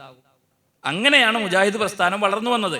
ഇത് മുന്നോട്ട് പോയത്, ഈ സംവിധാനങ്ങൾക്ക് വെളിച്ചവും തെളിച്ചവും ഒക്കെ ഉണ്ടായത് എന്ന ഒരു ഗൗരവമാണ് ഈ രംഗത്തൊക്കെ നമുക്കുണ്ടാകേണ്ടത്. ഒരിക്കലും നല്ല മനുഷ്യരായി തീരാൻ കഴിയണം. സംഘടനാ പ്രവർത്തകർ എന്ന് പറയുന്നത് പരസ്പരം സ്നേഹവും സൗഹൃദവും ഉണ്ടാകാൻ കഴിയണം. ഇപ്പോ ഇസ്ലാമിക സമൂഹത്തിൽ ഏറ്റവും ഖുർആൻ ഇന്നൽ മുനാഫിഖീന ഫി ദർക്കിൽ അസ്ഫലി മിനന്നാർ എന്ന് പറയുന്ന ഒരു ആയത്തുണ്ട്. നരകത്തിന്റെ ഏറ്റവും അടിത്തട്ടിലാണ് മുനാഫിക്കുകൾ. ഖുർആനിലൊരു വചനാണ്. ഈ മുനാഫിക്കുകളുടെ നേതാവ് ആരാണ്? ഉബയ്യ് ഇബ്നു സുലൂൽ എന്ന് പറയും. ഉബയ്യ് ഇബ്നു സുലൂൽ മുനാഫിക്കുകളുടെ നേതാവാണെന്ന് റസൂലുള്ളാഹിക്ക് അറിയാം. പ്രവാചകന്റെ കൂടെയുള്ള 1-2 സഹാബത്ത് റസൂലുള്ളാഹി അത് പറഞ്ഞു കൊടുത്തിട്ടുണ്ട്. ഉബയ്യ് ഇബ്നു സുലൂലാണ് ആയിഷ ബീവിക്കെതിരെയുള്ള വ്യഭിചാരോപണം നാട് മുഴുവൻ പറഞ്ഞു നടന്നത്, പ്രവാചകനെ കണ്ണീര് കുടിപ്പിച്ചത്, അബൂബക്കർ റളിയല്ലാഹുവിന്റെ കണ്ണീര് ഒഴുകാൻ കാരണക്കാരനായത്, യുദ്ധത്തിന് പോകുന്ന സ്വഹാബികളെ പലതും പറഞ്ഞു പിന്തിരിപ്പിച്ച് മുസ്ലിങ്ങൾക്കിടയിൽ വലിയ പ്രശ്നങ്ങൾ ഉണ്ടാക്കിയത്, വലിയ പ്രയാസങ്ങളും പ്രതിസന്ധികളൊക്കെ ഉണ്ടാക്കിയത് ഇയാളാണ്. പക്ഷെ അയാള് മുസ്ലിമാണ്, റസൂലുള്ളാഹിന്റെ പിന്നിൽ നിസ്കരിക്കുന്നുണ്ട്, മദീനത്തെ പള്ളിയിൽ ഖുതുബ കേൾക്കുന്നുണ്ട്, പ്രവാചകന്റെ കൂടെയുണ്ട്, അതിനൊക്കെ ഉണ്ട്. അയാൾ മരിച്ചപ്പോ അയാളുടെ മകൻ പ്രവാചകനുടെ Abdullahi bin Ubayy bin Salul, Abdullah റളിയല്ലാഹു അൻഹു വന്നിട്ട് ഒരു പുതപ്പ് ചോദിക്കുന്നുണ്ട്, പ്രവാചകന്റെ മേൽവസ്ത്രം ചോദിക്കുന്നുണ്ട്. നബി അതൊന്നും തരും, എൻ്റെ വാപ്പാനൊന്ന് പുതപ്പിക്കാനാണ്, വാപ്പാനെ പുതപ്പിക്കാനാണ്, ഞാനത് പുതപ്പിക്കാനാണ്. അപ്പോൾ ഈ മകൻ മകനോട് എന്തിനാണ് എന്ന് ചോദിക്കുമ്പോൾ, പ്രവാചകരെ അങ്ങയുടെ ഈ വസ്ത്രം കണ്ടിട്ടെങ്കിലും എൻ്റെ വാപ്പയോടുള്ള വെറുപ്പ് ആളുകൾക്ക് ഒരല്പം കുറയുന്നുണ്ടെങ്കിൽ കുറഞ്ഞോട്ടെ. അത് മയ്യത്ത് നിസ്കരിക്കാൻ വേണ്ടി നബി സല്ലല്ലാഹു അലൈഹി വസല്ലം ചെന്ന് ഇമാമയ്ക്കോന്ന് ചോദിച്ചു റസൂലുള്ളാഹിനോട്. നബി നിൽക്കാന്ന് പറഞ്ഞ് നബി ഇങ്ങനെ മയ്യത്ത് നിസ്കരിക്കാൻ നിൽക്കുമ്പോൾ പ്രവാചകന്റെ കൈ പിടിക്കണം. ഉമർ റളിയല്ലാഹു അൻഹു, ഈ മുനാഫിക്ക് നേതാവിന് വേണ്ടി നിങ്ങൾ നിസ്കരിക്കണം. മുനാഫിക്കാണെന്ന് അറിയാലോ. അപ്പൊ അല്ലാഹുവിന്റെ റസൂലിന്റെ മറുപടി എന്താ അറിയാം? പ്രവാചകൻ പറയും, 71 തവണ പാപമോചനം തേടിയാൽ ഇദ്ദേഹത്തിന് അല്ലാഹു പുറത്തു കൊടുക്കുമെങ്കിൽ ഞാൻ 72 തവണ അദ്ദേഹത്തിന് വേണ്ടി പാപമോചനം ചോദിക്കും എന്ന റസൂലുള്ളാഹി പറയുന്നത്. നിസാരമായ പ്രശ്നങ്ങളും നിസാരമായ സംഗതികളൊക്കെ ഉണ്ടാകുമ്പോൾ ഇതെന്നൊക്കെ വിട്ടു നിൽക്കുന്ന, അകന്നു നിൽക്കുന്ന, മാറി നിൽക്കുന്ന, പരസ്പരം വെറുപ്പുണ്ടാക്കുന്ന പ്രവർത്തനങ്ങൾ ഒരു തരത്തിലും ഇസ്ലാം അത്തരം കാര്യങ്ങളൊന്നും അംഗീകരിക്കുന്നില്ല. ഒരു തരത്തിലും ഇസ്ലാം അങ്ങനെ മുന്നോട്ട് പോകാൻ ആവശ്യപ്പെടുന്നില്ല. നമുക്ക് നല്ല പ്രതീക്ഷയുണ്ടാകണം, എല്ലാ കാര്യങ്ങളെക്കുറിച്ച് നല്ല പ്രതീക്ഷയുണ്ടാകണം. ദഅവത്ത് എന്ന് പറയുന്നത് നമ്മൾ ഓരോരുത്തരുടെയും ബാധ്യതയാണ് എന്ന് തിരിച്ചറിയാൻ കഴിയണം. അതൊന്നും ഏതെങ്കിലുമൊക്കെ കുറച്ച് ആൾക്കാർക്ക് മാത്രമുള്ള സംഗതിയല്ല, എല്ലാവർക്കും ഉള്ളതാണ്. എല്ലാവരുടെയും ബാധ്യതകൾ ലോകാടിസ്ഥാന ജീവിതം കൊണ്ട് നടത്തേണ്ട ഒന്നാണ് പ്രബോധനം. അത് പ്രസംഗത്തിലും എഴുത്തിലും വായനയിലും ഒക്കെ മാത്രം ഒതുങ്ങി ജീവിതം കൊണ്ട്. നിങ്ങൾക്ക് എത്ര മനുഷ്യരുണ്ട് അങ്ങനെ? എത്ര ആളുകളുണ്ട് ലോകത്ത്? 2023 മലയാള ദിനപത്രങ്ങളിൽ ഒരു വാർത്ത ഉണ്ടായിരുന്നു. ആ വാർത്ത തുടങ്ങുന്നത് തന്നെ ഈ ഇസ്ലാം വിമർശനങ്ങൾ ഏറ്റവും കൂടുതൽ കുറയുന്ന സ്ഥലങ്ങൾ. ആ സ്ഥലങ്ങൾ ഒന്ന് ബ്രിട്ടനിലെ ലിവർപൂളിലാണ്. അപ്പൊ ലിവർപൂളിൽ എന്തുകൊണ്ടാണ് ഇസ്ലാം വിമർശനങ്ങൾ കുറയാനുള്ള കാരണം എന്ന് പരിശോധിക്കുമ്പോൾ ലിവർപൂൾ എന്ന് പറയുമ്പോൾ തന്നെ നമുക്ക് ലോകത്തെ ഏറ്റവും പ്രസിദ്ധമായ ഒരു ഫുട്ബോൾ ക്ലബ്ബുള്ള ഒരു പ്രദേശമാണ് ലിവർപൂൾ എന്ന് പറയുന്നത്. ലോകത്തെ കോടിക്കണക്കിന് വരുന്ന ഫുട്ബോൾ ആരാധകരുടെ മനസ്സിലുള്ള ഒരു പ്രദേശമാണ് ലിവർപൂളിൽ എന്തുകൊണ്ടാണ് ഇസ്ലാം വിമർശനങ്ങൾ കുറയാനുള്ള കാരണം? ആ ലിവർപൂൾ ഫുട്ബോൾ ക്ലബ്ബിൽ ഒരു മുസ്ലിം ചെറുപ്പക്കാരനുണ്ട്. അയാൾ ഒരു ഈജിപ്തുകാരനാണ്. അയാളുടെ പ്രത്യേകത, എതിരാളികളുടെ കാലുകൾക്കിടയിലൂടെ തലച്ചോറ് കൊണ്ടാണ് അയാൾ ഫുട്ബോൾ കളിക്കുന്നത്. മുഹമ്മദ് സലാഹ് എന്നാണ് അദ്ദേഹത്തിന്റെ പേര്. മുഹമ്മദ് സലാഹിന്റെ കൂടെ പള്ളികളിൽ ഇരിക്കാൻ ഞങ്ങൾ ആഗ്രഹിക്കുന്നുവെന്ന് ലിവർപൂളിന്റെ തെരുവുകളിൽ കവിതകളിൽ വെച്ച മനുഷ്യരുണ്ടായത്, ചെറുപ്പക്കാരുണ്ടായത്. അദ്ദേഹത്തെ ഗൂഗിളിൽ നമ്മൾ സെർച്ച് ചെയ്തൊക്കെ കാണാൻ കഴിയും. ഫുട്ബോൾ ക്ലബ് ഗ്രൗണ്ടുകളിൽ, അതിന്റെ പരിശീലന ഗ്രൗണ്ടുകളുടെ സമീപത്ത് മുസല്ലകളിലിട്ട് നമസ്കരിക്കുന്ന മുഹമ്മദ് സലാഹിന്റെ ചിത്രങ്ങൾ കാണാം. വിമാനങ്ങളിൽ യാത്ര ചെയ്യുമ്പോൾ, വാഹനങ്ങളിൽ യാത്ര ചെയ്യുമ്പോൾ വിശുദ്ധ ഖുർആൻ പാരായണം ചെയ്യുന്ന മുഹമ്മദ് സലാഹിന്റെ ചിത്രങ്ങൾ വ്യാപകമായി ഷെയർ ചെയ്യപ്പെടുന്ന ഒന്നാണ്. കോടിക്കണക്കിന് വരുന്ന ഫുട്ബോൾ ആരാധകർക്ക് നടുവിൽ ജീവിക്കുമ്പോഴും ഖുർആനുമായും ആരാധനകളുമായും ബന്ധമുണ്ടാക്കുക എന്ന് പറയുന്നതും ഒരു ദഅവത്താണ്, ജീവിതത്തിന്റെ ഒരു ഭാഗമാണ്. നന്മയിൽ മുന്നോട്ട് പോകുക എന്ന് പറയുന്നത് നമ്മളാ നിലപാടുണ്ടെങ്കിൽ നമ്മുടെ ചുറ്റുമുള്ള ആൾക്കാരൊക്കെ അത് അംഗീകരിക്കും. ആർക്കും ഒരു പ്രയാസം ഉണ്ടാവില്ല. നമ്മളൊരു ബേജാറാണ്, ഇത് പറഞ്ഞാൽ അയാൾക്ക് ഇഷ്ടപ്പെടുവോ, ഇത് പറഞ്ഞാൽ ഇയാൾക്ക് ഇഷ്ടപ്പെടുവോ, ഇവർക്ക് എങ്ങനെയാണ്? 2022 2020 ക്രിക്കറ്റ് വേൾഡ് കപ്പ് വിജയിക്കുന്നത് ഇംഗ്ലണ്ട് ക്രിക്കറ്റ് ടീമാണ്. അന്ന് ഇംഗ്ലണ്ട് ക്രിക്കറ്റ് ടീമിന്റെ ക്യാപ്റ്റൻ ജോസ് ബട്ട്ലർ എന്ന് പറയുന്ന ഒരു ക്രൈസ്തവനായ ചെറുപ്പക്കാരനാണ്. അദ്ദേഹം ഇന്നും ക്രിക്കറ്റ് കളിക്കുന്ന ഒരാളാണ്. കോടിക്കണക്കിന് വരുന്ന ഫുട്ബോൾ ക്രിക്കറ്റ് ആരാധകർ 2020 വേൾഡ് കപ്പ് ഫൈനൽ മത്സരം കണ്ട് അതിന്റെ സമ്മാന വിതരണ ചടങ്ങ് നടക്കുമ്പോൾ ഒരു അത്ഭുതകരമായ ഒരു കാഴ്ചക്കെന്ന് അവർ സാക്ഷ്യം വഹിച്ചു. അവര് ഈ യൂറോപ്യൻ ഫുട്ബോൾ സമ്മാന വിതരണ ചടങ്ങുകൾക്ക് ഒരു പ്രത്യേകതയുണ്ട്. അവർക്ക് സമ്മാനം വാങ്ങിയ ഷാമ്പയിൻ കുപ്പി പൊട്ടി ഇതിങ്ങനെ ആളുകളുടെ ശരീരത്തിലൂടെ തെറിപ്പിക്കുന്ന ഒരു സംസ്കാരമുണ്ട്. അത് അവരുടെ സ്വഭാവവും സംസ്കാരവുമാണ്. അങ്ങനെ ഇംഗ്ലണ്ട് ക്രിക്കറ്റ് ടീം അവാർഡ് ഏറ്റുവാങ്ങി ഫോട്ടോ സെഷൻ കഴിഞ്ഞ് ഷാമ്പയിൻ കുപ്പി പൊട്ടിക്കാൻ അവരുടെ കൂട്ടത്തിലെ ടീം അംഗങ്ങൾ ഈ വലിയ കുപ്പികളുമായി വരുമ്പോൾ ജോസ് ബട്ട്ലർ എന്ന ക്രൈസ്തവനായ ക്യാപ്റ്റൻ, ലോകത്തെ ആളുകളെല്ലാം കണ്ട് കോടിക്കണക്കിന് വരുന്ന 25 കോടിയോളം വരുന്ന ആളുകളാണ് അന്ന് ആ ക്രിക്കറ്റ് മത്സരം ആ രാത്രിയിലും കണ്ടുകൊണ്ടിരിക്കുന്നത്, ലൈവായി കണ്ടുകൊണ്ടിരിക്കുന്നത്. ആളുകൾ ഇങ്ങനെ കണ്ടുകൊണ്ടിരിക്കുമ്പോൾ അയാൾ ഇങ്ങനെ തടയുന്നു. ആ കളിക്കാരെ തടഞ്ഞു നിർത്തി അയാൾ പിന്നിലേക്ക് തിരിയുന്നു. പിന്നിലേക്ക് തിരിഞ്ഞ് ആൾക്കൂട്ടത്തിനിടയിൽ നിൽക്കുന്ന 2 മുസ്ലിം ചെറുപ്പക്കാരെ നോക്കിയാൽ പറയുന്നു, ഇതാ ഷാമ്പയിൻ പൊട്ടിക്കുന്നു, നിങ്ങൾ മാറി നിൽക്കണം എന്ന് അദ്ദേഹം ആവശ്യപ്പെടുന്നത്. അത് അവർക്ക് നിഷിദ്ധമാണ് എന്നത് ക്രൈസ്തവനായ ആ ക്രിക്കറ്റ് ടീം ക്യാപ്റ്റൻ ഉൾക്കൊള്ളാൻ ഒരു പ്രയാസമുണ്ടായില്ല. ആ വിശ്വാസം സ്വീകരിച്ചുകൊണ്ട് മാറി നിൽക്കാൻ കോടിക്കണക്കിന് വരുന്ന മനുഷ്യർക്കിടയിലും അവർക്കൊരു പ്രയാസമുണ്ടായില്ല. എന്നാൽ ഒരു യാത്ര പോകുമ്പോൾ, ഒരു ടൂർ പോകുമ്പോൾ, ഒരു സംഘടനാ പ്രവർത്തനത്തിന് വിളിക്കുമ്പോൾ അതൊക്കെ മോശമാണ് എന്ന് കരുതുന്ന മാനസികാവസ്ഥയുടെ പേരാണ് ഇസ്ലാമോഫോബിയ എന്ന് പറയുന്നതും ഇസ്ലാം പേടി എന്ന് പറയുന്നതും. നമ്മൾ മുസ്ലിമാണ് എന്ന് പറഞ്ഞാൽ, നമ്മൾ ഇസ്ലാമാണ് എന്ന് പറഞ്ഞാൽ ആളുകൾ എങ്ങനെ വിചാരിക്കും, ആളുകൾ എങ്ങനെ കരുതും എന്ന ഒരു നിലപാട് അത് ഒരിക്കലും വിശ്വാസികളായ നമുക്കുണ്ടാകാൻ പാടില്ല. ഞാൻ നിങ്ങൾക്ക് മറ്റൊരു ഉദാഹരണം പറഞ്ഞു തരാം. സൗത്ത് ആഫ്രിക്കൻ ക്രിക്കറ്റ് ടീമിന്റെ ക്യാപ്റ്റനായിരുന്ന ഒരു മുസ്ലിം ചെറുപ്പക്കാരൻ ഉണ്ടായിരുന്നു. അദ്ദേഹത്തിന്റെ പേര് ഹാഷിം ആംലെ എന്നാണ്. അദ്ദേഹം ക്യാപ്റ്റൻ ആകുന്നതിന് മുമ്പ് ഗ്രെയിം സ്മിത്ത് എന്ന് പറയുന്ന ദക്ഷിണാഫ്രിക്കൻ സൗത്ത് ആഫ്രിക്കൻ ടീമിന്റെ ക്യാപ്റ്റൻ ആയിരിക്കുന്ന സമയത്ത് ഗ്രെയിം സ്മിത്തിനോട് coach cricket team meeting, periodical meeting വിളിക്കും. സൗത്ത് ആഫ്രിക്കൻ ക്രിക്കറ്റ് ടീമിന്റെ മീറ്റിംഗിന് നോട്ടീസ് അയക്കുമ്പോൾ അതിന് മറുപടി പറഞ്ഞ ഹാഷിം ആംലെ ആ മീറ്റിംഗിന് വന്നില്ല. ക്യാപ്റ്റൻ ഗ്രെയിം സ്മിത്തിനോട് കോച്ച് ചോദിച്ചു, എന്തുകൊണ്ടാണ് ഹാഷിം മീറ്റിംഗിന് വരാത്തത്? അപ്പോൾ അദ്ദേഹത്തിന്റെ നമസ്കാരത്തിന്റെ സമയമാണ്, ആരാധനയുടെ സമയമാണ് ഈ മീറ്റിംഗ് നടക്കുന്ന സമയം. ഒരു ദേശീയ ക്രിക്കറ്റ് ടീമിന്റെ പീരിയോഡിക്കൽ മീറ്റിംഗ് ഒരു മുസ്ലിം ചെറുപ്പക്കാരനായ ക്രിക്കറ്റ് കളിക്കാരന് വേണ്ടി ഒരു ദക്ഷിണാഫ്രിക്ക പോലുള്ള ഒരു സൗത്ത് ആഫ്രിക്കൻ ടീം അവരുടെ പീരിയോഡിക്കൽ മീറ്റിംഗ് സമയം അദ്ദേഹത്തിന്റെ ആരാധന കഴിഞ്ഞുള്ള സമയത്തേക്ക് മാറ്റിവെക്കുന്നത് ഈ 2020 ഈ നൂറ്റാണ്ടിലാണ്, ഈ വർഷങ്ങളിലാണ് നമ്മളിത് കേൾക്കുന്നതും വായിക്കുന്നതും. നമ്മൾ ഒരാൾക്കൂട്ടത്തിൽ ഇടയിൽ നിൽക്കുമ്പോൾ നമ്മുടെ മാനസികാവസ്ഥകൾ എന്താണ്? നമ്മുടെ സംഘടനാ പ്രവർത്തനത്തിൽ ഇറങ്ങുമ്പോൾ ഞാനൊരു മുജാഹിദാണ് എന്നറിയാതിരിക്കാൻ, ഒരു ഇസ്ലാമിക പ്രവർത്തകനാണ് എന്നറിയാതിരിക്കാൻ മത്സരിക്കുന്ന ഒരു സ്വഭാവവും സംസ്കാരം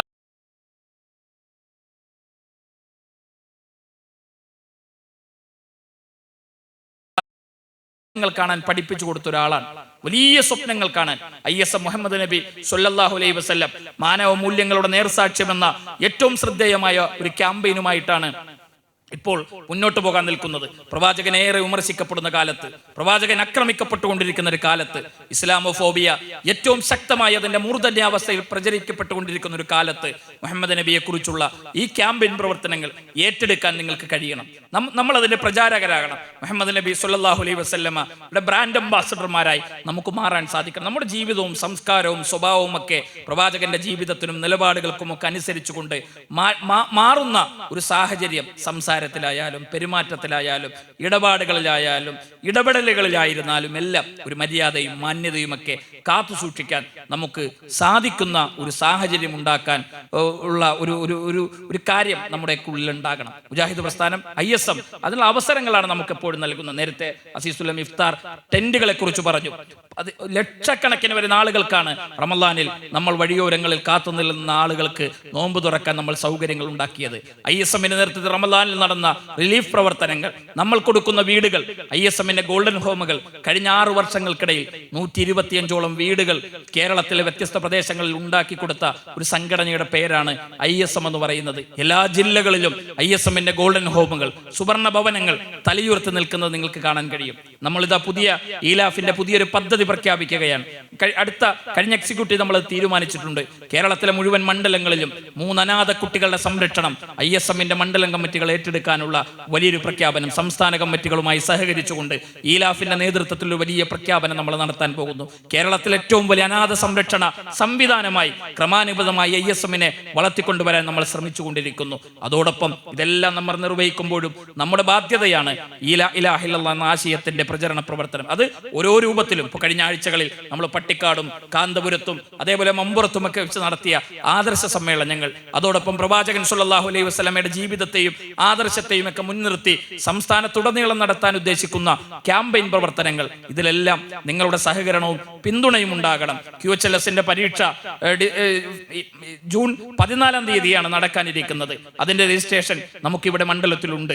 നമ്മളൊക്കെ ഖുർആൻ പഠിതാക്കളാകാൻ കഴിയണം. ഖുർആനുമായി ഒരു ആത്മബന്ധം ഉണ്ടാക്കാൻ കഴിയണം. ഇന്ന ഖൗമി ഇത്തഖദു ഹാദൽ ഖുർആന മഹ്ജൂറ എന്ന് ഖുർആൻ തള്ളിക്കളഞ്ഞ ആളുകൾ മാറി നിൽക്കണമെന്ന് നാളെ അല്ലാഹുവിന്റെ റസൂൽ പരലോകത്ത് വെച്ച് മാറ്റി നിർത്തപ്പെടുമ്പോൾ ISMകാർ കൂട്ടുകാർ അതിൽ ഉണ്ടാകാൻ പാടില്ല. ഖുർആനുമായി നമുക്കൊരു ബന്ധമുണ്ടാകണം. ഖുർആനുമായി ബന്ധപ്പെട്ട പരീക്ഷ എഴുതാൻ അതിന്റെ കാര്യങ്ങൾ നമുക്ക് സജീവമായി സഹകരിക്കാൻ കഴിയണം. ആഴ്ചകൾ ഒരു ദിവസം ഫലക് എന്ന പേരിൽ ഓൺലൈൻ ഖുർആൻ പഠന ക്ലാസുകൾ നമ്മൾ ആരംഭിക്കാൻ പോകുന്നു.